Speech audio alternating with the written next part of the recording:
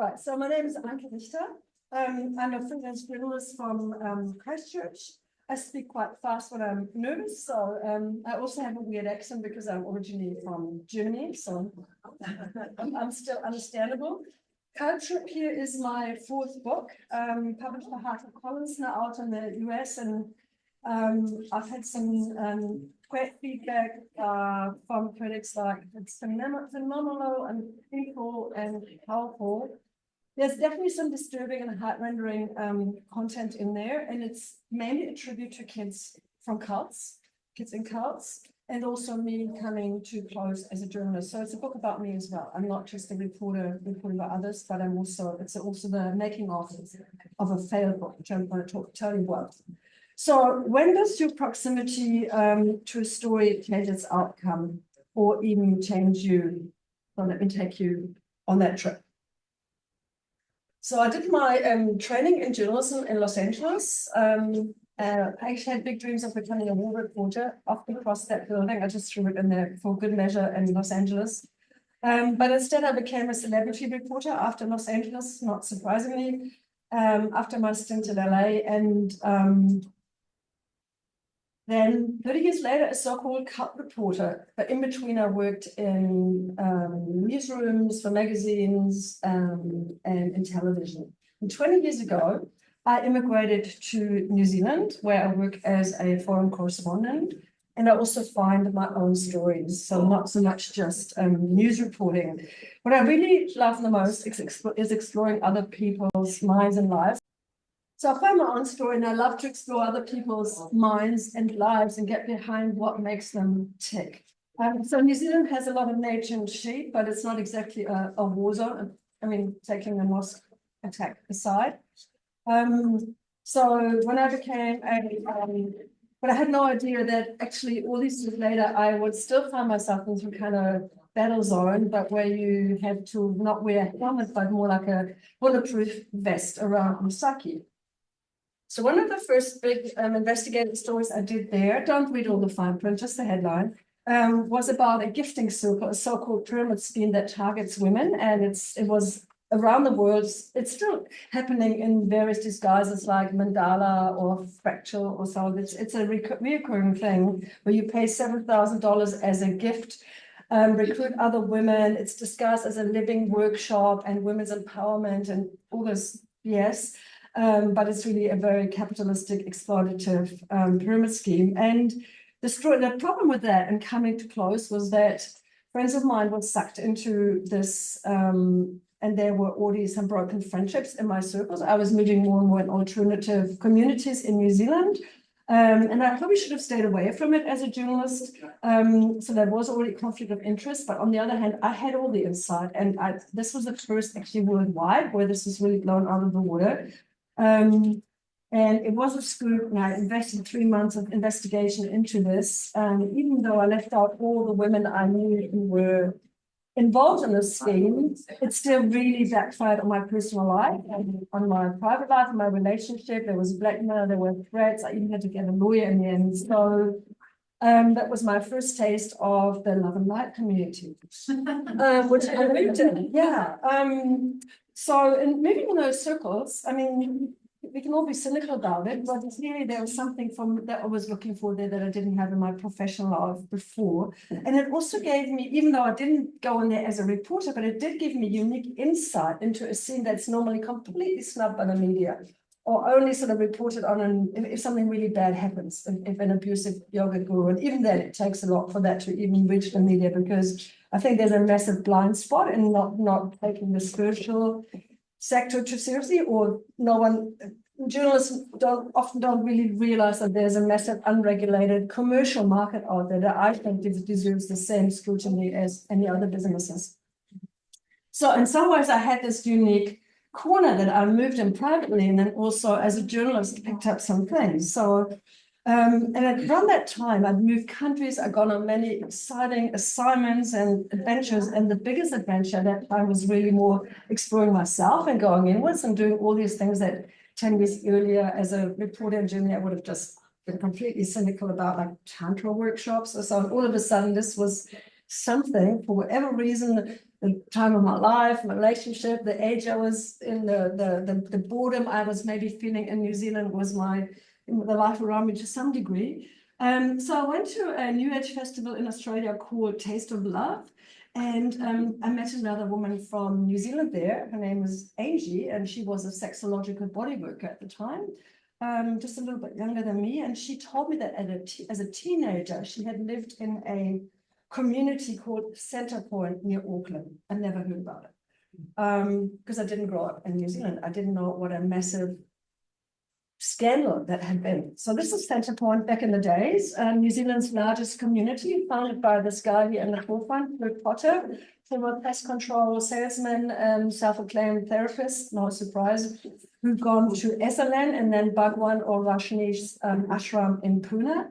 Reinvented himself as basically brought the human potential movement to New Zealand, and that community became a bit of a gestalt and free love and workshopy kind of community.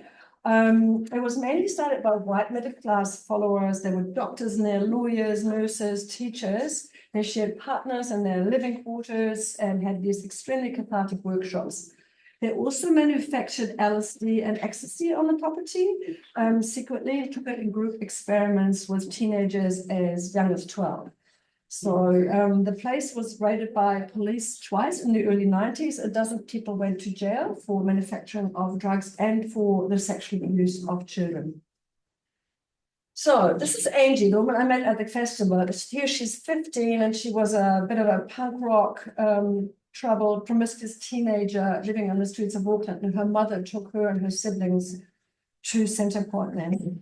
And this is when things really start to change for her. And because of her, I had a way into this story of this community that fascinated me. Also, there were some parallels to some things I was aware from alternative movements in Germany and the crossover with pedophilia under the disguise of sexual freedom and so on.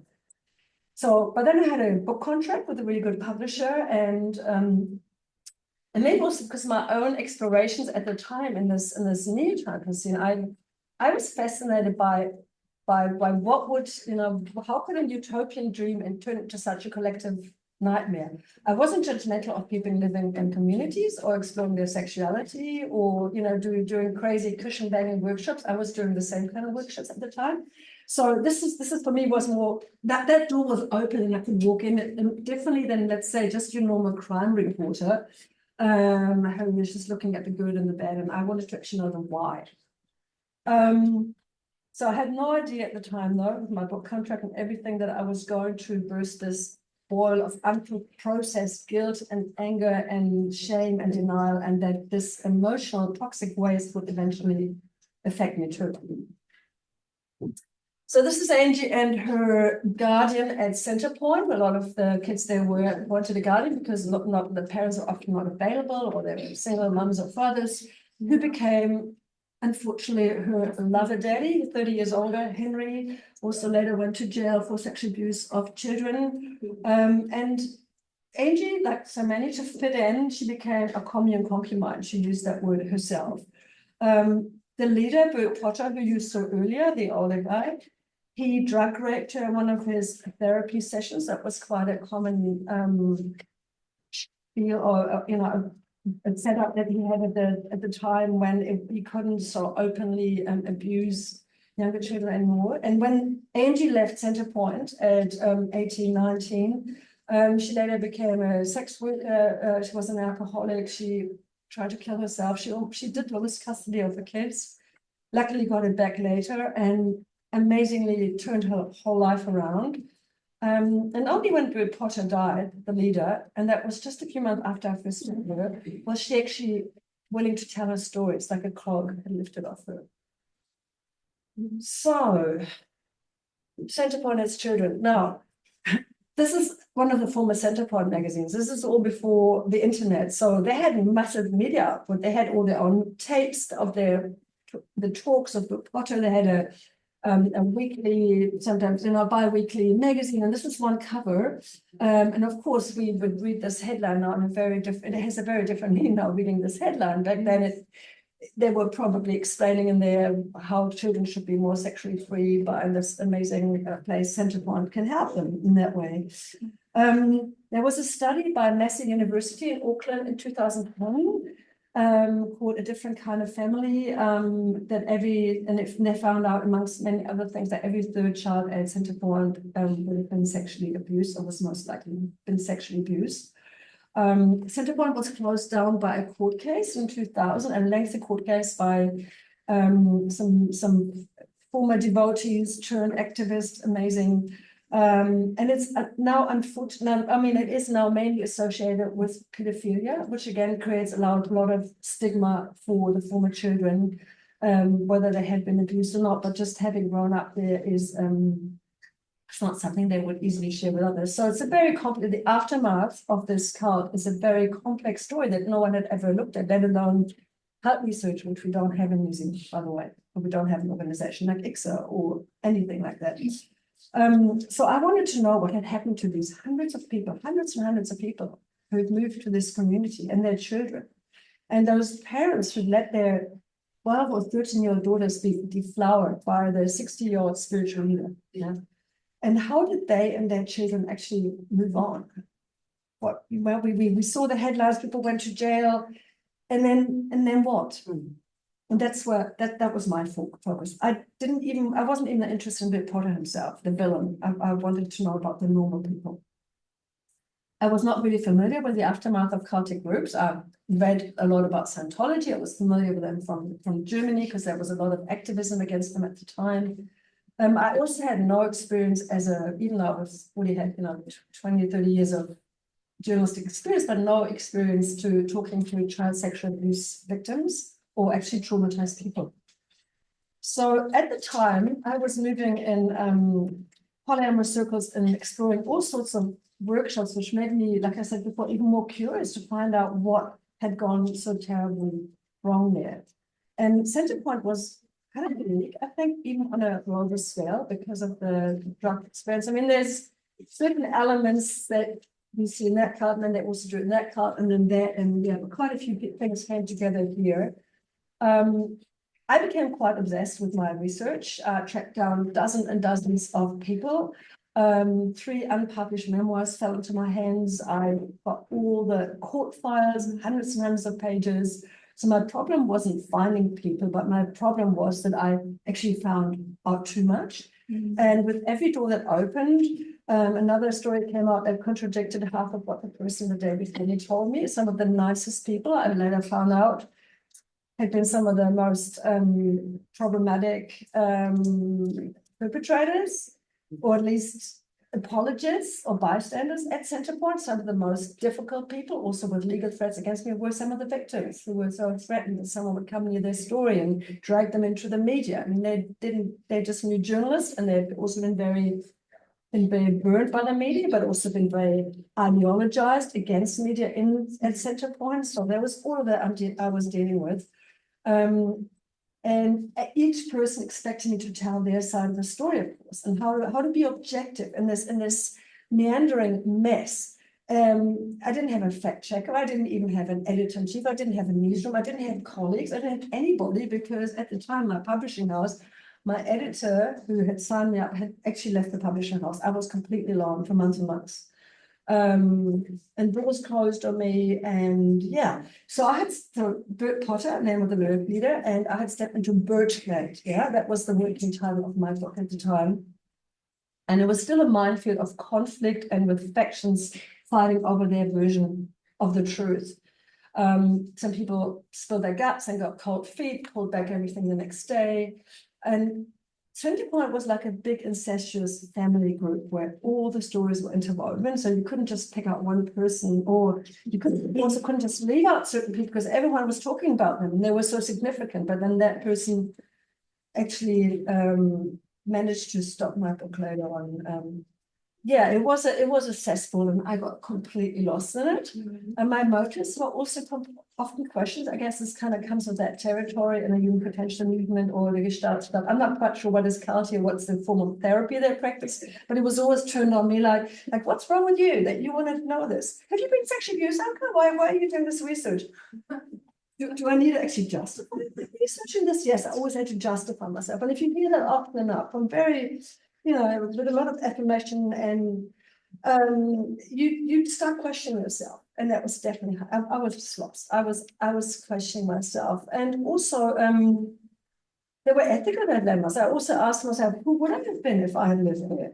Who would I have been under all this pressure, and what role? Can I say for sure that I would have been one of the heroic whistleblowers who later try to help others? So I brought up these really big moral questions, and also about the sexual, even, I mean, this is how much this messed with my mind, even around sexualization of children. If you hear often enough that, oh, it's just a society that got that wrong, and if they just left these happy girls alone who all wanted this, and everyone would have just had a wonderful experience and lovely memory from it. It was just the social workers and the police and the media who messed it all up for everybody. And if only we could have carried on with this experiment. And sometimes I was thinking, what if? And see, this is how it really messed with me. And I was also questioning what I was doing there with my interviews. Was I maybe making things worse for some deeply damaged people by digging up the past? Was I really helping them? Who was I? What was I serving here? So when I walked into the store, I come in with a real open-mindedness, actually understanding why people want to live in this way in a community. And the further I went into it, I became a bit of a warrior, or was on a bit of a mission. I became really angry. I wanted people to understand, basically the ones, the apologists, I wanted them to understand. And that's not a good stance for a journalist. You're supposed to be neutral. And I also felt at some point, maybe I do know more than do, or they've chosen not to know things that I know. So, for instance, I took the letter of one of the former Centerpoint girls who's now in her 40s. She's there in the front row with the dark hair on her arm, on her other arm. In my book, I call her the girl in the caravan. She had never told anyone in her life what happened to her at Centerpoint, and I was the first one to hear it. And her name is Louise. And she came to Centerpoint when she was 10, with her family. Around this time, this picture was taken, and only 3 months later, she was brought to Bert Potter, leader, by his wife, one of the go-getters. The sexual abuse continued from there over years, also with others in the community. And she eventually lived by herself in a caravan on the property where she barricaded herself with junk just to keep some of the men out. When she was 12, she tried to kill herself. She was just utterly alone. When I met her, she still wasn't able to set foot into the township Albany, where the former Centerpoint communist still is. Even just the township, she was afraid she could walk into one of them. And when Bert Potter died, she wanted to go and piss on his grave. That's the kind of woman she is. She's amazing. So she became a turning point for me. And she told me I changed her life. And she also changed mine. By then, like I said before, I was already on the slippery slope. I was already really quite affected. In some ways, she gave me real justification for what I was doing, that I wasn't just constructing a false narrative. He was the living proof of someone who'd gone through this. And so many people there at Centerpoint choose not to know. They could have found the truth. They could have talked to her. They could have asked for the truth. So it gave me justification, but at that time it was almost too late. It was like I was climbing Mount Everest without a Sherpa with me. And also, there's still a long way to go, and I had to come down again. So by the time I actually went and finally saw a therapist, it was actually, some damage had been done. I was really quite badly affected. I stopped the Centerpoint book for a number of reasons. Legal threats. A friend of mine died. I wanted to push the deadline out, and the publisher said no. I think they had cold feet by then too. I wrote the making-of for New Zealand's largest magazine, and it was just the tip of the iceberg, even though it was a long story. For me, it was a massive failure and defeat at the time. I had no idea that a lot more would come out of this though than I thought back then. I was actually diagnosed with PTSD a bit later from the drip effect of the accumulative trauma that I had absorbed, which I'm not saying this so you feel sorry for me, it just gives you an idea of what I witnessed, what I not even witnessed, but heard, just taken in, just became aware of. So one of the great things that came out of this story was that Caroline Ansley, who some of you might have met her already, she will be on a panel with me tomorrow, came out of the woodwork after reading my story as a former child from Center Point and started the Center Point Restoration Project a few years later. She now has a podcast. 2 documentaries came out of my research, and now a conference, which I talk to you about in a minute. But so it wasn't a failure in that sense. So back then I felt like I let all these people down, especially Louise, who've given me so much of their input, their life, their story, their trust, and all I could come up with in the end was this article. So I thought I was done with researching cults, but then I had an assignment from New Zealand Geographic to explore Gloriavale, this fundamentalist Christian cult in New Zealand that's still going. Is anyone here not familiar with Gloriavale? Not familiar. Yeah, I would think so. Huh? Yeah, in New Zealand, no one would raise their hand. Everyone knows what Gloriavale is. They're just really big. They've been in the news. They're still going, even though they started around the same time. You'll hear a lot more about them if you go to Liz Gregory's session tomorrow, because she's from the Gloriavale Leaders Support Trust. But just a quick overview. Oh God, the right now. Oh no, okay. Oh, we're okay. I can talk faster. No. They also share their possessions. Families sleep in one room. I mean, they multiply by that. No one joins Gloriavale anymore. They multiply by having endless children. And like at Center Point, even though you wouldn't think so, given the Christian demeanor and the dress and all of that, there's a strong focus on normalizing sex, but of course only in strict monogamy and completely veiled by purity culture. Both of the leaders, you can't see the former leader here, but they both went to jail for sexual abuse of minors in their care. Neville Cooper, aka Hope for Christian, their leader, has also died. And like Center Point was, Gloriavale is rife with intergenerational sexual abuse and, of course, the covering up of it. So I went there in 2018. This is the entry to the lovely setting, somewhere in the bush on the west coast, very remote, even for New Zealand. There's no barbed wire around it, but still, it's a mental prison. And I went there for their biannual concert under a false name. I think I was probably already blacklisted by anyone who knows, what I'm doing. So they put on this public concert every 2 years, basically as a big PR exercise where they feed people who come, and these are the boys on stage there. A lot of people walk out completely broken, and it's often the turning point after those concerts that people walk out and they just can't take the slave labor anymore. The long hours on top of what they already have to do as performers, and especially the girls, they are breeding machines, raised to cook and clean and breed and be sexually available for their husbands. That's actually in their dogma, in their religious dogma. It's very much a focus, which then feeds right into the sexual abuse that was disguised as marriage advice from the leader for the young couples. And I don't want to go into all the details. Every former girl, every woman I interviewed for my feature, for my long feature, had been sexually abused. It just gives you a bit of an overview of the percentage of how rife it is there. So this was a piece I wrote at some point. Have we learned nothing from Center Point? Like, how can all this still be happening all these years later? And that's another question that we'll ponder tomorrow on the panel as well. The different stages of cult activity and then now anti-cult activism in New Zealand, and how can we have this massive big cult on the one, even on a global scale, for such a small, normal looking, sweet little country like New Zealand, and then all these years later, there's another one, and like, hang on, have we not learned anything? So another topic. Question is, what did I learn? Now here I am outside the Osho International Meditation Resort, that former ashram in Pune, where it all started with Osho or Bhagwan Rajneesh. I went there as a bit of a cult tourist, to be honest.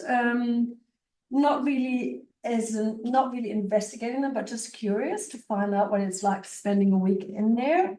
Probably still slightly enamored at the time with all these seekers, all these people exploring something in a different way. And what was, there was still a little something that I wanted to maybe learn more about while also taking a critical look. like I said, this wasn't a big investigation. It was more tongue-in-cheek week about a piece about my stay there, which is also in my book. It's a more light-hearted part of the book. Some parts are really heavy, but that's more maybe a bit of a light relief. I'm not sure if I could definitely not go back there. I couldn't even write this in the same way anymore, because since then so much has come out about the sexual abuse in the communes, in the ashrams, and not just and not just Osho himself being a serious sexual abuser, but also the children in those Rajneesh communes suffered in the same way as the children at Centrepoint. I think it's safe to say, and there has been no accountability as far as we know, and no court cases. So just saying, here's me again. It's just a person. I'm wearing maroon. It's not a thing. In this case, it's just a normal dress. It's not the garb. That's Agama Yoga in Thailand.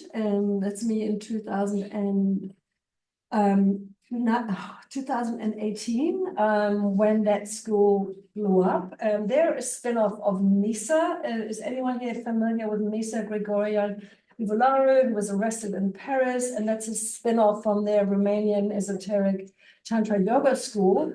Not much better, to be honest. And I was following B. Schofield for a while, and she had the report, and the women came to her. She had the report that 31 women at that Tantra yoga school had been sexually abused, not just by their Romanian leader here, but also by some of the teachers. And again, it was sexual healing, sexual healing and spiritual disguise that actually turned into rape, which sounded kind of familiar from Centrepoint and others. Toxic Tantra is the middle part of my book, about my research into all this and the aftermath again of this guru fleeing the island. I got there just after he was gone. Conveniently, he was out of the country for 3 months, which was at the time the statute of limitation for rape in Thailand. So he came back just when that was over. Unfortunately, Agama Yoga is still going, even though The Guardian and we were the two basically blowing this out of the water. I had a big report in Germany. The headline was "Namaste, my rapist," and it had 200,000 views in 1 week. And there were 50 countries that reported about this Agama Yoga scandal, the Agama drama. And all these years later, the school's still there. It's still going. The pandemic's actually helped them. They had an increase in online business. People don't Google, or they're just by now so suspicious towards the mainstream media that they just don't want. Yeah, they don't want to know. People still want their thing on a nice tropical island and their yoga course. And I'm the person spoiling the fun, because I went back there last year and actually gave a talk on Kopangan and a workshop. How not to start a cult. And I had some pushback from people who basically, I was raining on their parade. I was spoiling their workshop fun by pointing at the bad stuff. So Me Too had finally arrived in the yoga world, in the yoga tantra world, and probably a year or so later. And it was a big turning point, actually for me too, because more and more people from the field that I had moved in were being exposed. And it's interesting though, because in this field of yoga or tantra or sexual healing, all of that, it's actually even harder. According to Matthew Remsky, who I interviewed for the book, he says it's a rape culture where the threshold for exposing excuse is even more difficult than in other genres or professions. I was just read this significant quote from him here, which I really like. He said, "A whole network of people surrounded Harvey Weinstein to cover up and enable him. But nobody regarded him as an enlightened spiritual master or thought he was healing sexual trauma." So you have that layer onto it. So that festival that I went to, where I saw Anke in the beginning, at my talk, that was also my hook. It happened when I was ecstatic dance, feeling very free, very energized. Went out onto the balcony of the Byron Bay Community Center, put my hands in the rain, and I just had all these sparkling eyes around me and this sensuality of the rain and my dance. I thought, this is how I always want to be. And and then the search started from, well, what do you need to do so you can always be like that? There was almost no going back. So for many years, I did a lot of courses. Yeah, in my work. So these are just a few of them. And someone who designed this for me, they put yellow on the bottom. That doesn't mean that I think that Dare to Lead or non-violent cremation is in the yellow zone. It's just forget the color there. But I did put them in the order where I think they're the most culty ones are at the top, or the most dangerous ones at the top. And the ones that I could, at this stage at least, still recommend are at the bottom. But this gives you an idea what I was involved in myself, and what I was sort of the thrill seeking also, and the intensity seeking I was doing at the time. Intensity junkie. Started to learn about LGAPs, and which a few of them are LGAPs. So I clearly had some blind spots and some soft spots too, and especially around this group, which is what, oh my God, I'm always cringe when I see this. I'm not sure if they still have this on their website, but this is my cult, so to speak, even though I find it hard even saying it like that, but that was the group I was closest to. I did the most workshops with. I found something there. I was never harmed. I don't consider myself a survivor or victim. And I'm still unpacking what it was that hooked me in and what I fell for, and was that really as good as I thought? So that's all still ongoing. 2 years ago, a lot of people, about 600, came together and started this Facebook group. It's ICSA and Haydn. Haydn Temple is it's a mystery school in New Zealand. It's also come under scrutiny, and it's kind of like the mother school connected to ICSA with a charismatic leader called Bruce Lyons. And RNZ, New Zealand's main broadcaster, like the BBC in the UK, did a big investigation into them, and other news media was to follow, but then there was some legal pushback, and we haven't really seen enough media coverage about them yet around the world, and I can't do it. I'm too close. Clearly, I've learned that lesson from previous reporting. But there is a lot of activism. Some people from Israel who are very much like burn them down, boycott their venues, and they do all sorts of interesting things to make that happen. And then there's a more moderate group called 3SC, which stands for Safer, Spiritual, Sex Positive Communities, and they went into mediation with ISTA, but then have been basically trying to help them to have safer courses, be more trauma informed, have a better way of reporting back for students. And they've been accused of being a whitewashing organization. So I'm sit somewhere in the middle. Again, as you probably know from a lot of trauma groups, there's unfortunately often there are often various factions of former members, and they're often fighting each other. And that's actually the case here too. So that's my own sort of history, which I'm still, a bit reluctant to talk about, and always a bit squeamish to give too much detail, which gives me, again, a lot of empathy, I think, and understanding also how hard it is for people who've come out of groups to just call that a cult, to speak badly about people they once loved, or about something that they did give them something they loved, while they can clearly see also where the problematic sides are. So, fundamentally, I'm not the only journalist, by the way, who's come too close to a cult. Here's one. This guy's called Jörg Andreas Elten. It says without meditation and then as a meditator. He was a famous reporter for the famous or infamous magazine Stern from Germany. Big, I mean, their heydays really were in the 70s and 80s for Stern. And he was sent to Poland because at the time, so many Germans were hooked into the Russianese movement.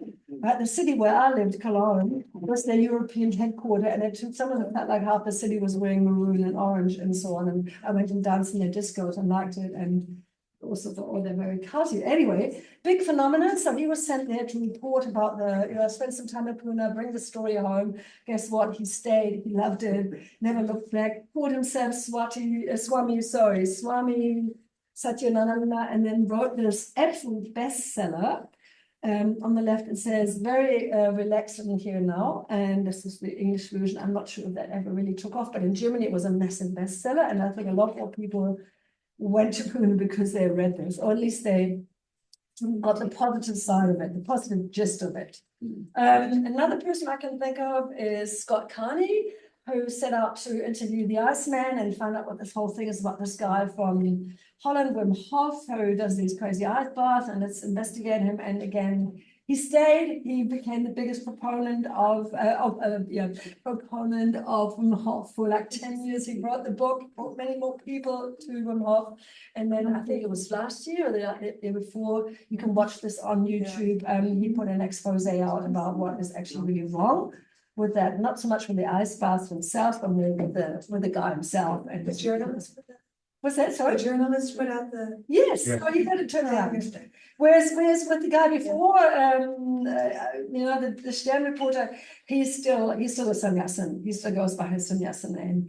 But this guy actually Scott Carney did a turnaround, and yeah.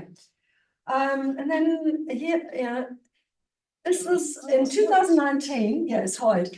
I went to my first ever and also last one for me ICSA conference.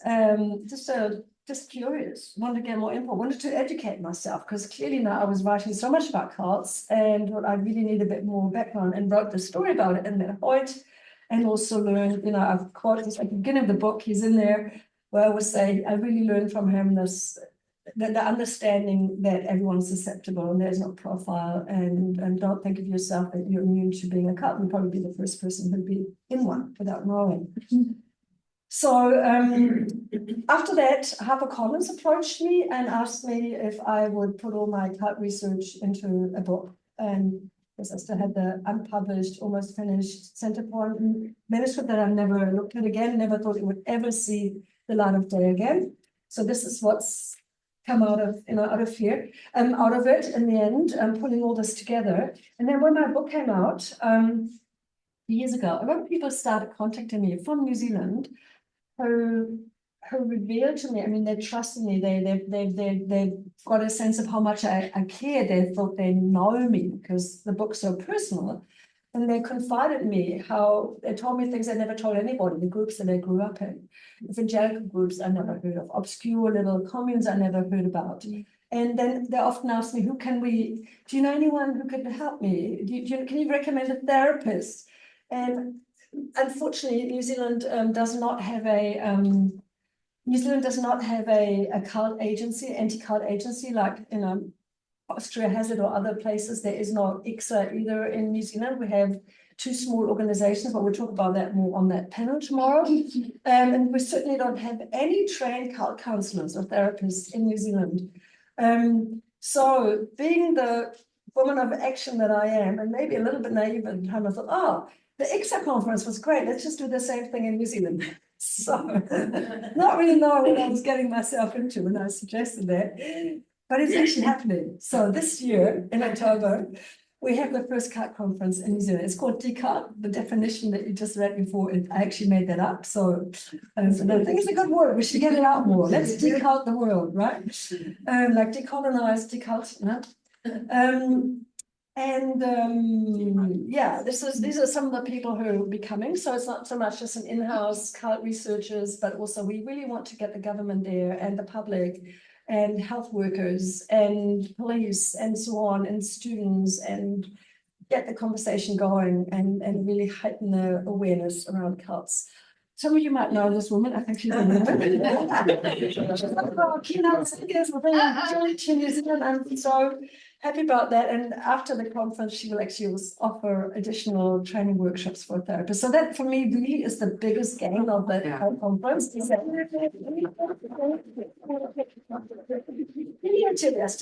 Jilly. It's Jilly. Jilly Jellison. Thanks to Jilly, we are actually introducing cult therapy in New Zealand. Right. So my last thing says buy my book. So that was me, and I've got 3 copies here. I don't want to take them back to New Zealand. So if you want one, come and hit me up afterwards, and I can sign it for you. I've also got cards that say decult if you need my card, and this is my website, and I'm happy to answer questions if there are any.